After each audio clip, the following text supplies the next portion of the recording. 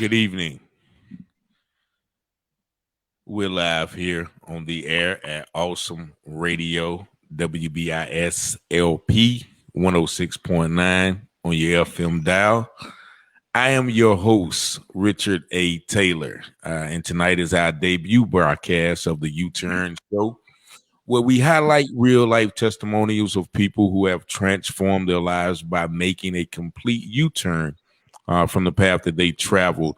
So first of all, I want to thank everybody for joining us via radio, via Facebook Live, and also on the internet as well. We are going to be available for your listening and viewing pleasures every Tuesday night from 10 p.m. to 11 p.m.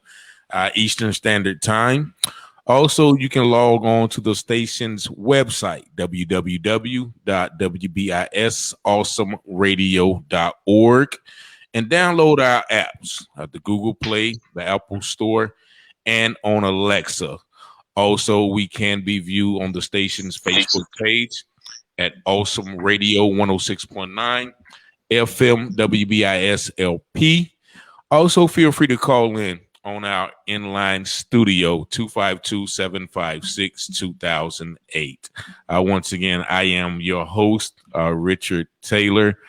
So thankful to be here. First, I want to give honor to God for giving me this opportunity to host this show. Also, I want to thank the Awesome Radio founder and operator, Miss Keela Thigpen, for giving me the opportunity. Also, Sharice Boyd Jackson for allowing me to make this connection. And most importantly, I want to thank each and every one who have supported me through my own personal U-turn, which has given me this opportunity to do this show. And I have an esteemed guest who is my first guest on this show. Today's guest is a gentleman who I had the opportunity, the pleasure to meet through a dear cousin of mine. Shout out to Alice and Denise from the Alice and Denise podcast. But also I heard about the premise of the show and introduced me to this brother. We've talked for, quite a few times, and he has a very interesting story. So without further ado, I do want to introduce my guest, AU Voice. He's a prolific poet, a writer. He's also an activist in the community, as well as a mentor, philanthropist, and also we can add designer to that list. How you doing today, sir? I'm wonderful, man. How are you guys? Man, we good, man. I'm just so good to have you, man. And we had an opportunity to talk about some of the things that you are doing, and it's so amazing, man, to see someone like yourself who have been through so much in life to be able to make that U-turn and transform their life unto where they're at today. So first off, man, just give the people a little background on where you from, the area that you were born in, a little bit about your upbringing, if you don't mind. Sure. It's funny because I was listening to when the show started in the areas where it's broadcasted, it said Grifton, and I'm like, yo, that's home. I was born in Greenville, North Carolina, and then was in the Grifton community, rural Grifton, and like Grifton. It's hard to say Grifton proper, but like yeah. Grifton city limits. So from birth to 18, I literally spent 9 years in both communities of Grifton and Kinston, North Carolina. So like I'm home at both. Both of those are home to me, equally. Like this is it. Like both of those communities are home. Both of those communities embrace me and treat me as a part of the community because again, half between birth and 18, that's where I live. Other than that, it's like I'm a Eastern North Carolina kid. All right, and we'll definitely want to say hello to Sharice Boyd Jackson, who joined us, and she's also from this area as well. And tell us a little bit about your childhood and your upbringing around these parts, and if there was anything that sort of contributed it to the first part of your life before your transformation. And I spent a lot of time with my maternal grandparents, the way my mother worked. And so, they were very inspirational to me in a lot of things. Even though I went wayward at a point, but my grandparents instilled so much into me, work ethic,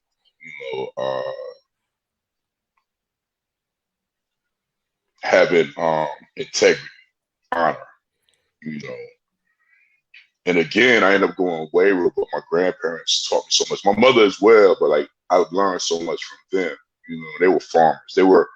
It's funny because it's like they were simple people to a degree because they were farmers, they were rural people, but they were so worldly in like the education and the information that they gave me on how to move and navigate through the world. Like my grandfather taught me how to move around in the hood when we moved to Kingston. You know what I'm saying? Like he's like giving me the jewels, like, yo, watch this, look at this, do this, do.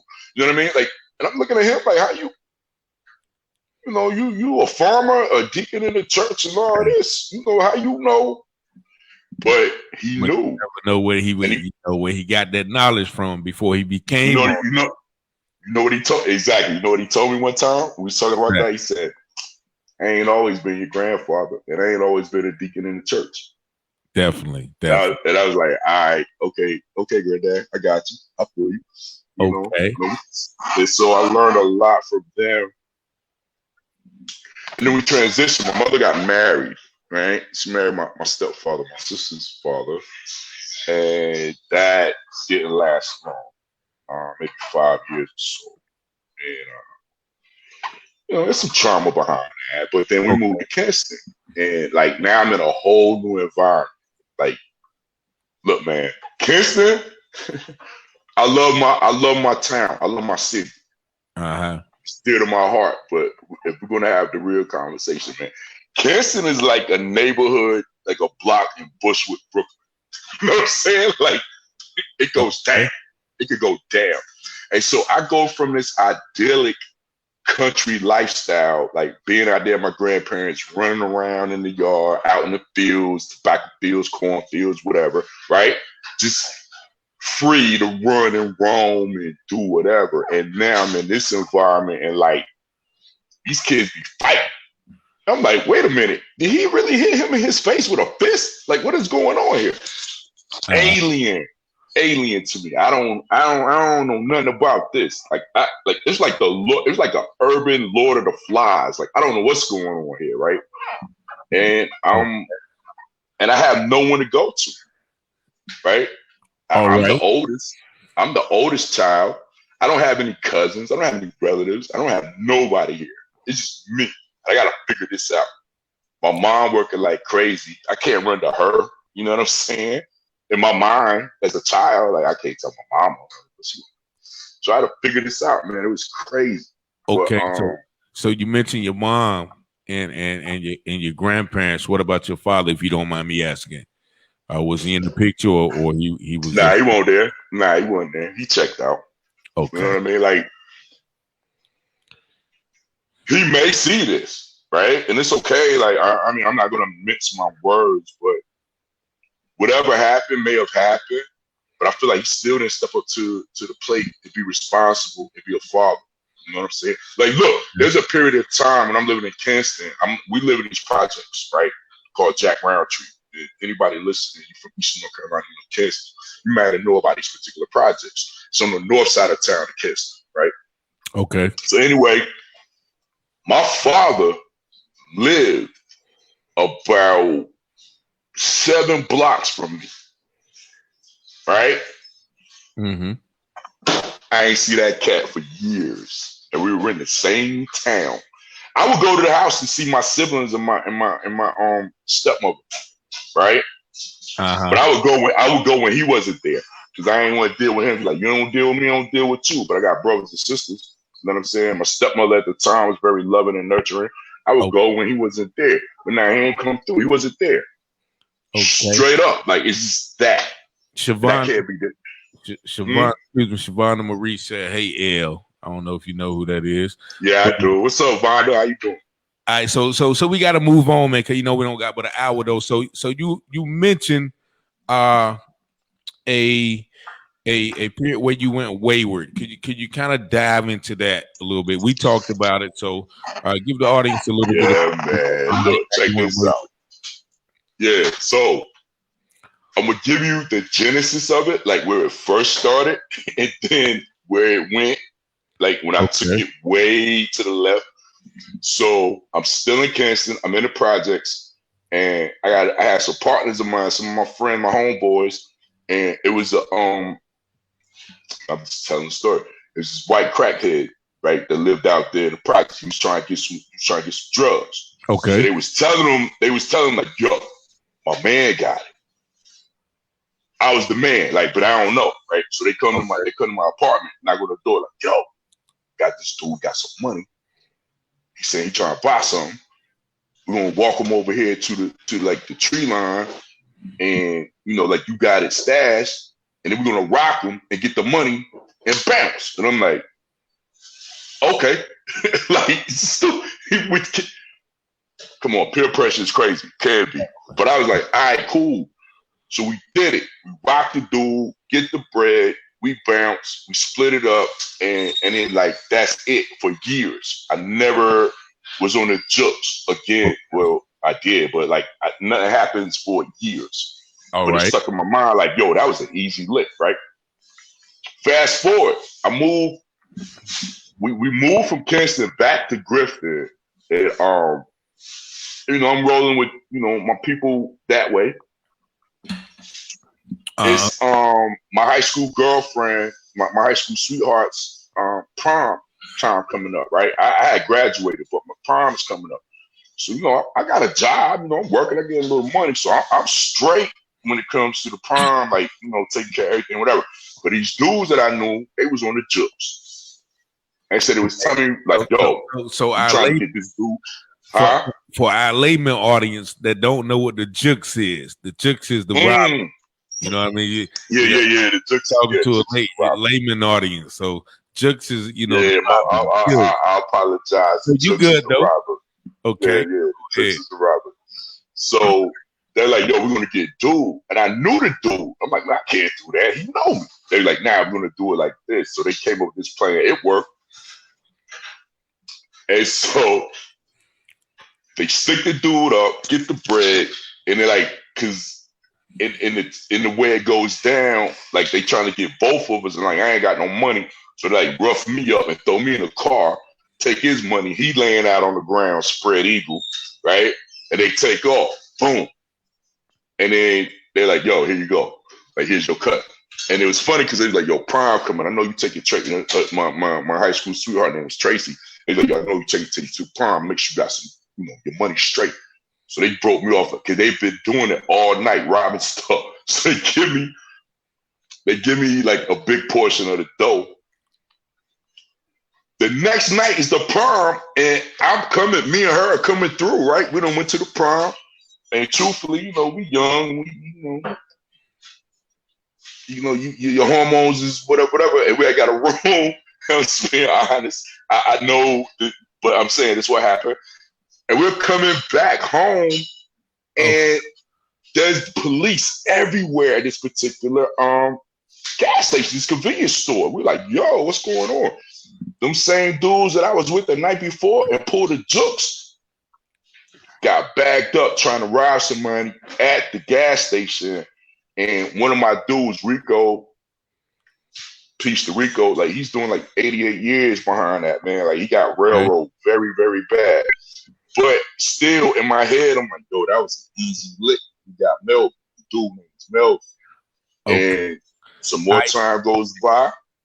Yeah, voice. We about to head to a commercial break in a couple of minutes, man. So let's talk about like when the you first did time for the robbery, because we don't have like a few minutes. Yeah, move forward in the story. Everything escalated, and then I started robbing banks, and I got jammed up. Like I got caught, and then going through the system and everything, and I pled guilty to a bank robbery charge that originally was armed bank robbery, and they broke it down to bank robbery with an enhancement for brandishing a firearm. I was sentenced to 51 months in the Bureau of Prisons. Okay, so how old were you then? 20. At what point? You was 20. So 20, yeah. at the age of 20, you served 51 months. That's about 48 months is 4 years. So about Yeah. 4 years and some change. Yep. And that was that Fed time? Was that federal? Yep. Yeah, it's federal. Okay. So you said banks. So basically you got away with some. Was that what I did. Yeah, I did. I got away with some. Okay. I got greedy. It wasn't even necessarily like I just got greedy, but I got addicted to it. It was an adrenaline rush. It was a high that I can't explain. Okay. So that goes with a lot of criminal activity, whether it's, robbing, whether it's, selling drugs, whether it's gambling, all of those, you don't get addicted, to the money. You just get addicted to the adrenaline rush when you do those things. So how did that time in prison affect you, and also your grandparents who you hold in a, just by talking to you the couple of times I did, you hold them in a very high regard. So how did that? My grandfather had passed, and I remember saying to my grandmother one time when she came to see me in jail before I go to prison, I'm like, "Yo, I'm glad he ain't here because I don't want to see him like this." Right? Like for real. Like, I'm like, nah, I wouldn't want that. She's like, "Yo, he would understand." I'm like, "Shh, no, he wouldn't. Not him." You know what I'm saying? This stalwart man, this righteous dude, this good man. No, he ain't gonna understand why his grandson did this, right? And she's like, "No, you don't know." And she told me some stories, and I was like, "Oh my God, like maybe he would have." It hurt that I put a stain on his name because my father wasn't in the picture. So my surname is my mother's maiden name, which is my grandfather's name. Okay. And so I put a stain on his name. That hurt. Like when it all transpired, like I'm devastated behind that. But my family never forsake me. Okay. They never did. Like they was there every quarter appearance, every whatever, like visit, they wrote, they called, they everything. You know what I mean? Like it was never they turned their back on me. I was fortunate in that way because a lot of people, those things happen when they did a thing. And so how important was that? Doing that stint to kind of help you through that time, because I mean I've never did that much time. It was everything. Like think about it, like mail call, right? Yeah. Every day I'm getting mail. You know what I'm saying? I got mail from my family and friends as well, but like my family, grandmother, mother, sister, brother, aunts, uncles, cousins, whatever. Every day I'm getting mail. That mail call, man, they was there. Like they, like it was times where they fussing at me because I wouldn't call. Because I'm like, yo, I need a disconnect so I could get through this, right? I don't need to be tuned in to what's going on in the world because I'm not in the world, right? And they would get on me, like even other friends would be like, yo, why he ain't call? Like they'd be calling my family like, yo, we ain't heard from him. What's going on? Why he ain't call? So that support system was everything. Yeah, Quita Bug said great support. Definitely, man. It's definitely Quita. This is the thing, Quita Bug that said that. Like, yeah, that's my girl. Like, she was one of those people. Yeah, so yeah, definitely, man. It's good to have those good people in your corner, man. We got about 30 seconds before our first commercial break, man. We have Mr. Voice, AA Voice with the golden voice. We're going to talk about on the other side of the break, the afterwards of the the transformation, and what it takes to avoid the recidivism, which is returning back to prison. Once again, this is the U-Turn radio show. We're here on Awesome Radio 106.7 106.9 on your FM dial. We'll be right back. Can your job, your place of employment, refuse to allow you to wear anything religious on your apparel? Stay tuned. Tough questions, reliable answers. That's the Legal Alert with attorney David Gibbs Jr. of the Christian Law Association. Dan was excited about his new protective mask that he had purchased during the pandemic. It had the word Jesus across the front of it. He proudly wore it to his secular job the next day. He was disappointed soon, however, when management told him that he had to take it off.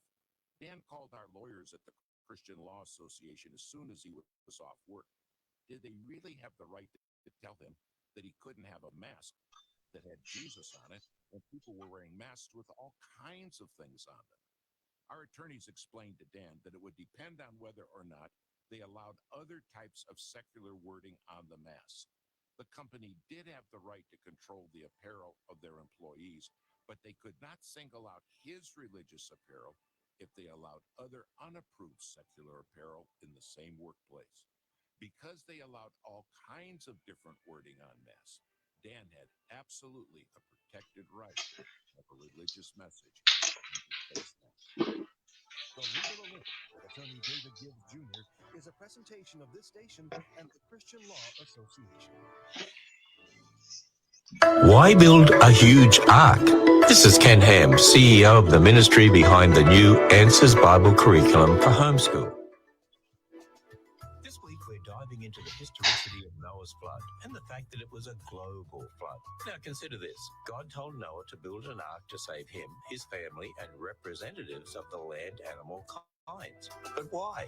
If the flood was just a local event, why build an ark? Noah and his family could have just moved out of the area, and animals certainly need to come to the ark. Many would survive outside the region. A massive ship that's 500 feet long is totally unnecessary if this wasn't really a global flood. You know, all the details in Genesis confirm the flood was a global event. To believe otherwise is to reject God's word.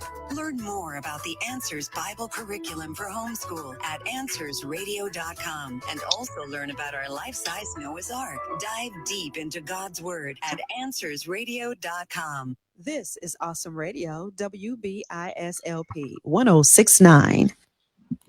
And yes, we're back with the voice, AU, the voice. I asked him what the AU stand for earlier, and he was saying the golden voice. Once again, this is Awesome Radio 106.9 FM WBISLP. I'm your host, Richard Taylor, the U-Turn Show with the voice. And I see you got a lot of supporters out there. CJ Dove said the VZA, Khayyam Shepherd. So you definitely have a large following. And we're going to get right back into it, man. The transition out of the prison system back into regular society. I think you told me a story that actually the people in your hometown actually had to have a meeting to see if you were going to be allowed back in the city. yeah, they had a meeting to see if I could come back home. Like, dang, I was that bad. So you know that much of a terror. Listen, in my court proceedings, I don't know how many people I told this story, but in my court proceeding, the prosecuting attorney, her name, I don't even remember the judge's name. I think his name was Terrence Boyle. I don't even remember my attorney's name. I could find it. But the prosecuting attorney name was Yvonne Watford McKinney, right? Okay. Yo, man, this woman called me a menace to society and a threat to the community. I was like, oh my God. Okay. Like, yo, I'm like, listen. I'm like, wait a minute. Maybe I rationalized things and I didn't realize what I done. I don't know. Yo, I was like, it was like somebody took the dagger and just was like, yo, she called me. This is a U.S. prosecutor. She called me a menace to society. I'm like, oh my God, I saw the movie Menace to Society. I didn't think I was like that. I'm like, dang, right. Yeah, it hurt. It hurt. We got a caller coming in. Hold on real quick. Let's see if we got Hello, caller. This is 106.9 Richard A. Taylor, the U-Turn Show. You are live on the air. Your question or comment? Yeah, it's Nettie calling from Berlin. I had voice on my radio show in Berlin, Germany, actually about 8 weeks ago. Wow. And Hey, Natty. so it's 4 and something in the morning here, but I stayed up because he told me he's on your show today. Oh, well, thank you so much for joining So us. I thought I listen and I'm going to call in. Oh, thank you, Natty. I appreciate you. You're a wonderful soul. You're a wonderful soul. You're a wonderful spirit. Thank you so much. Definitely. Yeah, and I thought I'm gonna say how voice made a huge impact on everyone who's listening to my show, and how people contacted me and asked me about his book, and how people ordered his book and were excited about the poetry that he's writing now. And I think that's like a thing, because there is so much going on in the world, and sometimes you have these connections, and and then there's this tiny little city of almost 4 million people over here, and people get excited about a book by this dude from North Carolina. Okay. And I just wanted to let you guys know and let everyone else know. Thank you so much, man, for your input. Definitely surprised to hear international. Yeah. That's for man, poet, thespian, trendsetter. I certainly appreciate you for calling in, Natalie, man.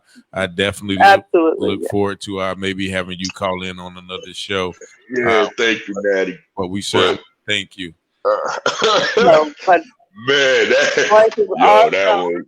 To read every word he wrote, and that's why I did that. Definitely, thank you so much. Okay. And I'm gonna keep listening, so you guys go ahead and have a good time. Thank you so much. Thank you so much. Okay, bye-bye. All right. Bye, Daddy. So wow. Yeah, that got me right there, boy. You making noise all over, definitely, man. So a little bit about the transformation, man. Let's go ahead and dive into that. Yeah, so coming home, you get free. I still had to go through 5 years of supervised release, but when you come home, and only thing you're thinking about is, like, for me, what I was thinking about was get a job, make some money, look good, and get women. Like, seriously, that was the thought process, because you've been gone for a long time, and doing that, moving and grooving, got a job. I was fortunate that I had people in place that when I came home that would afford me employment, right? And so got a job to set up everything. I come home, and then I meet this woman, and I fell in love. She had children. I take them on as mine. We raised a family. We got married. We raised a family. It didn't end well, but we're still wonderful friends now. We still have our children. We still have our grandchildren and everything. But then, it's like, okay, at first it was just like, be a good father, be this, be that, be a good husband, so on and so forth. And then other things started to take place. Like, I started dealing with the poetry scene, right? Okay. And going through that and doing little things in the community. I wasn't real big, but I would do things, but I wouldn't tell anybody, because I used to volunteer at the soup kitchen in Kingston. Okay. But I would never tell nobody. I didn't tell nobody. And people would see me leaving the soup kitchen, be like, yo, what was you doing at the soup kitchen? I was like, I was just coming through the neighborhood. I stopped to get something to eat. I didn't tell them that I was actually volunteering. You know Yeah. what I'm saying? Like I didn't want to tell nobody. I wasn't ashamed of it, but like I didn't feel the need to broadcast it. Like, Broadcast. oh, Yeah. I just wanna help. Fast forward, the marriage dissolves, right? Okay. And now I'm finding myself again, like trying to find myself going through this turmoil and everything. And as I'm transitioning, I always took younger people under my wing. Okay. And I don't know why. Maybe because it was done to me when I was younger, but I would always, there's not a point in time when I don't have a young person under my wing that I'm trying to help, right? And give them knowledge and wisdom and help them navigate life in a way better than I did in the same stage of life. And so we get the transition, man. And I'm just like, yo, it's things that I'm like, yo, I don't like this in society. I'm going to do something. Okay. Right? Okay. I don't like this in my community. I'm going to lend a hand, you know, and like, I was fortunate to be. He said he said helped. What? My man Kayam Shepherd said you helped them get heat for the elderly citizens. So that's an example of what you're saying. Whatever you see that's not right in your man, look, you definitely that dude Kayam Shepherd, man, like that's my big bro. That's my spiritual father. You know what I mean? Okay. Yeah, like I'm not saying it like, yeah, I did. No, what I'm saying is he reached out to me in a particular point in time and said, hey, there's some people here. We was having a very severe cold snap in North Carolina, in Eastern North Carolina, right? There was people that didn't have sufficient heat. And he's like, yo, you know, like he don't call me Voice, he called me Monty. You know, like he's one of the only men on the planet that call me Monty. Right? Yeah. Yeah, like women is cool. Like a dude, like don't call me Monty. Yeah, Monty, but, yeah. It's hard to call another dude Monty. Yeah, but yo, he called me Monty. That's big bro. Like he got that. Like it's no problem. Okay. But now we got about 20 more seconds, man, before the next break, man. We can come back on the last 20 minutes, man. We see them in the comments talking about how you help get the water to Flint. So we're gonna touch on those things as well, man. The things that you're doing now to bring it. But this is 106.9 Awesome Radio. We'll be back. The following business provides financial support and helps underwrite WBISLP 106.9 FM Awesome Radio. Blessed Hands Car Wash, U-Haul, and Vehicle Inspection, located at 2016 Chestnut Street, Greenville. The number is 252-413-0609. Blessed Hands Car Wash, U-Haul, and Vehicle Inspection is open Monday through Saturday, 8 o'clock a.m. to 5 o'clock p.m. The contact number is 252-413-0609. Thank you, Blessed Hands Car Wash, U-Haul, and Vehicle Inspection for your support. Hollywood Live with Tanya Hart. Fireworks have returned to New Orleans on Independence Day thanks to actor Will Smith. He picked up the roughly $100,000 tab for the pyrotechnics over the Mississippi River after learning that New Orleans didn't plan a 2021 show. City officials said that they had canceled last year, obviously because of the coronavirus pandemic, but there was no money to do it this year. So Smith is in New Orleans working on his latest film, Emancipation, which will tell the story of a slave, Peter, who escaped a Louisiana plantation and whose photo of scars on his back from being whipped exposed the brutality of slavery. Well, he said that, you know what? If he's down there fighting for the Union, he's also going to fight for the city of New Orleans. And good for Will Smith. Everybody enjoyed it, I am so sure. And for all these stories and a whole lot more, don't forget to follow us. Don't forget to tune in. Live on Tuesdays. And don't forget to follow us on social media at Tanya Hollywood and at AURN online. You can take Awesome Radio with you where you go. We have the Android app, the Apple app, and the Alexa skill. Enable Alexa and ask her to play Awesome Radio, Winterville, North Carolina. Visit our website, WBISAwesomeRadio.org. There you can click to download the app of your choice. Yes, we are Awesome Radio. We are growing. Thank you for growing with us. All right. We are back for the last segment of the show. We got about 20 minutes left. So we're going to go back from break with our guest, Voice. This is the U-Turn Show. I'm your guest. I'm your host, Richard A. Taylor, here on Awesome Radio 106.9 WBISLP, Greenville. So we were talking. I saw a lot of people commenting, man, on your philanthropist, your philanthropism, if that's a word. But yeah, man, tell us about, man, how you gathered that that truckloads of bottled water to Flint, Michigan, crises. How instrumental. Yeah, first of all, it wasn't me by myself. Okay. Like, I definitely want to say that it wasn't me alone. It was a collective effort of individuals throughout Eastern North Carolina. And we had a similar mindset in a particular time, and not knowing each other, right? And so, wait a minute. We did have a caller through on the break, but I answered the call. I didn't know he was on. Caller, this is the U-Turn Show. Your host, Richard Taylor. You are live on the air. Your question or comment? I just wanted to just tell my son I think he's doing a fantastic job and keep up the good work. This is Pop. Thanks, Pop. Okay, appreciate that, Pops. Appreciate that for chiming in, man. We really appreciate that, man. You definitely created an awesome young man, man. Definitely thank you for coming on the show. Appreciate it, Daddy. But the Flint thing, man, like, all right, caller. It was a collective effort. So it wasn't me by myself. Like, I will never take sole credit for that. But I saw what was happening with Flint, and I'm like, what the heck? Like, no, in America?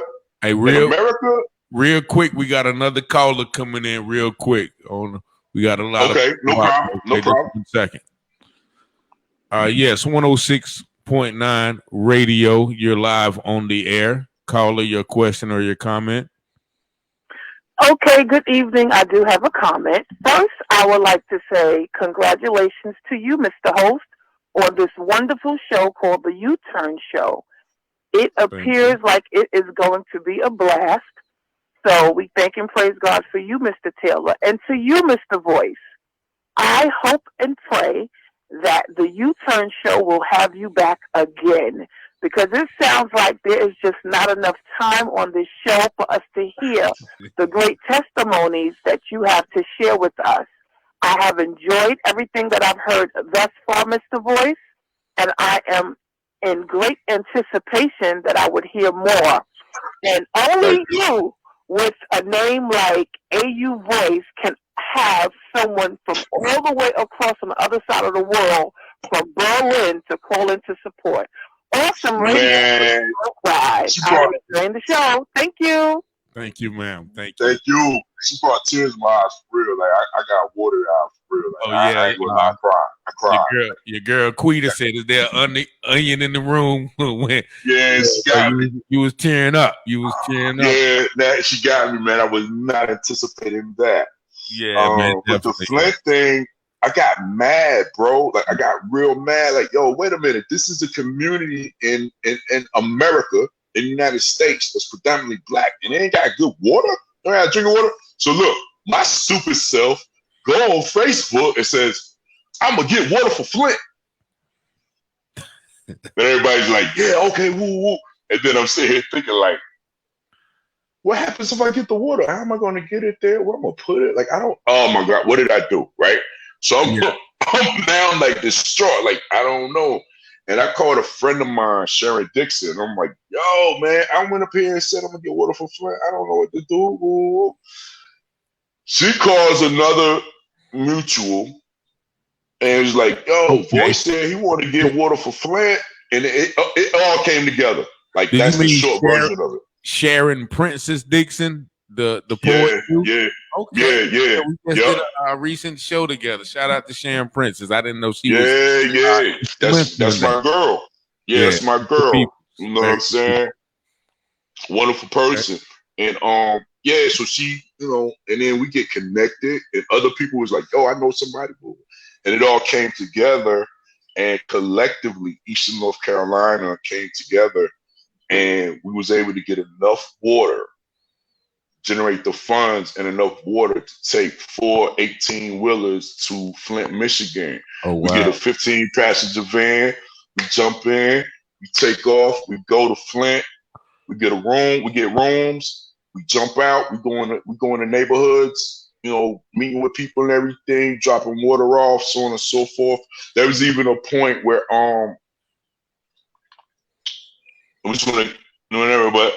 where one of us is like, yo, I want to stop in the town, in the city, on the side of the street, Life, Lawrence Edwards was like, I'm sorry, Lawrence, man, I apologize for getting the last name wrong. My mind is at a blank right now, but Life, everybody knows it was Life.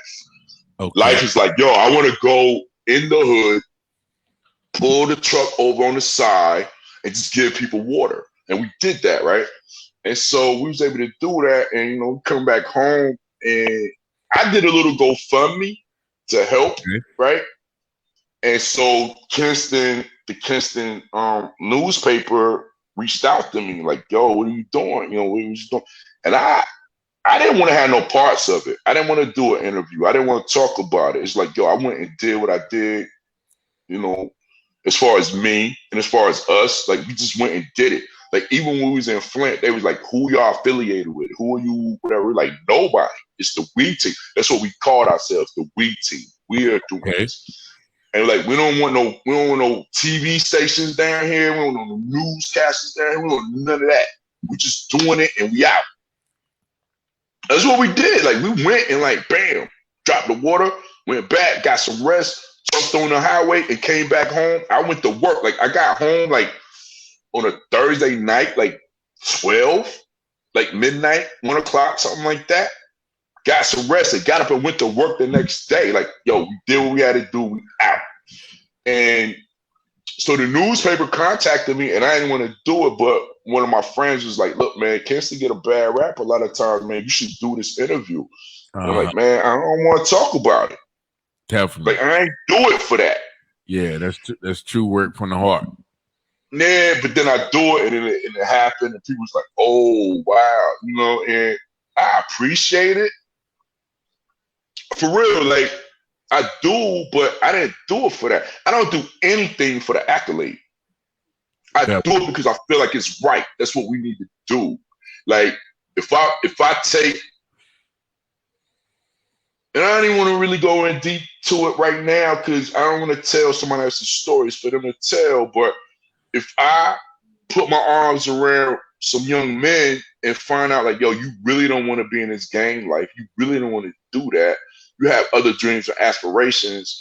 And I get to talk to their parents and everything. And then we devise a plan to get them out of this situation, get them to an institution of higher learning.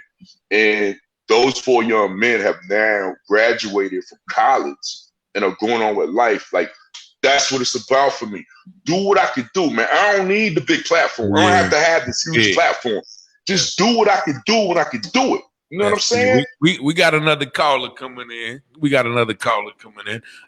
Live on the air with Awesome Radio 106.9. This is your host, Richard Taylor. Caller, your comment or your question? Oh, I'm just going to make a comment.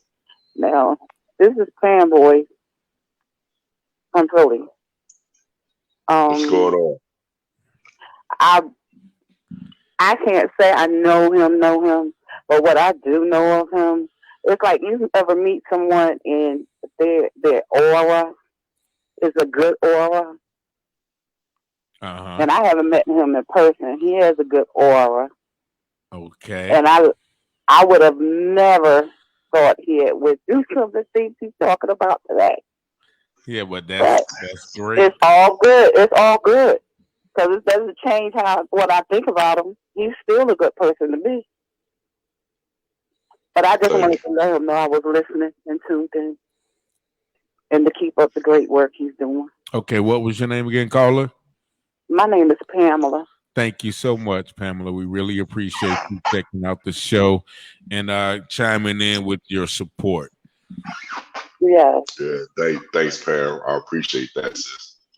And a lot of people, that's why I do this voice, man, because a lot of people can see a person like me or yourself and see the things that we're doing now, but don't know the situations that we came from. And so we don't know how powerful our stories are that may be able to help somebody else. Just like you mentioned about working with the young men. I remember you telling me about people call you sometimes and ask you to intervene in some situations with young men, and that just goes to show a lot about your character. And and look, but I don't even look at it like there's a conflict. Like there's always this thing with me and others, and I'm like, yo, man, I don't even know why y'all coming at me. Like, you know, I'm dysfunctional. Like, why you coming at me? Like, you know what I mean? But I'll do what I can. You know what I'm saying? But it's like, all right, so you got karma, right? There's good and bad karma. Okay. You know what I'm saying? All right, so I did a lot of bad in my youth. Definitely. Right? So I'm like, yo, if I do enough good, I can balance the scale or maybe tip the scale to where now I'll get some good karma and I also will be influential and help people. You know what I'm saying? Like, definitely. It's almost like it's selfish to a degree. Like I want to help people in a selfish way so I can balance the scale because I did so much dirt in the past, right? And I'm trying to wipe that away. So I'm gonna do all the good that I can do so that the karma balances and I'm in a good space. But I feel like, yo, man, the evolution of a person should be about righteousness. You know what I'm saying? Walking a particular path. Now, I don't say I'm perfect, but I'm trying to walk in righteousness. And the evolution, your personal evolution, like there's people that know me, like we have history. Yeah. And let's say maybe we haven't talked in like 6-7 months, right? I mean, it happens. We know that happens. Definitely. So if you haven't talked to me in 6 or 7 months and you talk to me today, it's almost like you got to get to know me again because my evolution has taken me to another space. Definitely. I don't occupy the space that I was in when you knew me then, when we talked then and we conversed in that moment.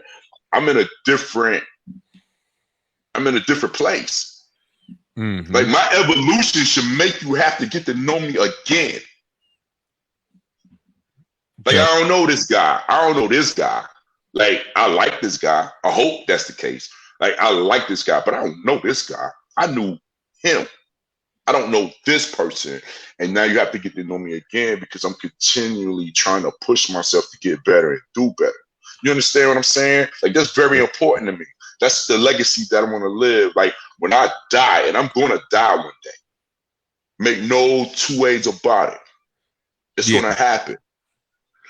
When it happens, and you have a memorial for me, whatever it is, however it goes down, you had a memorial, I want people to say, man, Lamont Cox's voice, yo, that was a good man. Definitely. With no buts, no nothing. Like, that was a good man. Man, I just got to, not to cut you off, but I just got to read some of these comments, man. Selena State Grinder said that right there is so accurate. You have to be reintroduced by my growth. Sharice Boyd Jackson, former offender, once told me he would fill his remaining days with good. Words of wisdom. Nikki Benston, Thunder Voice.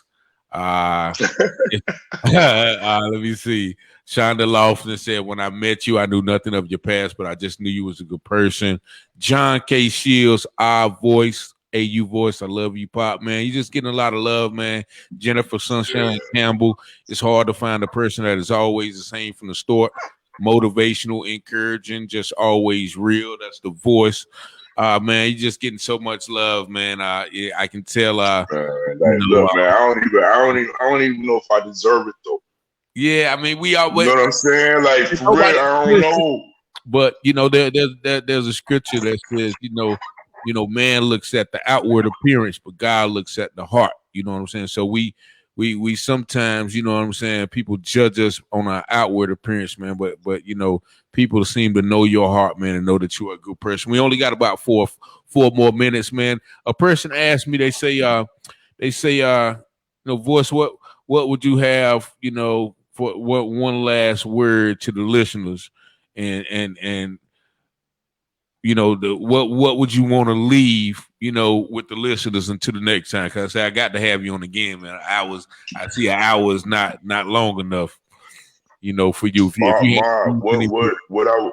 What I would say to the listeners is find out who you are, right? Find out who you are, and then live your life, and to love your fellow man, regardless of your differences. Love your fellow man and do what you can to help your fellow man in any way possible if you're able to do that. And to walk in a path of righteousness. You know what I'm saying? Like, just to be the best person you could be.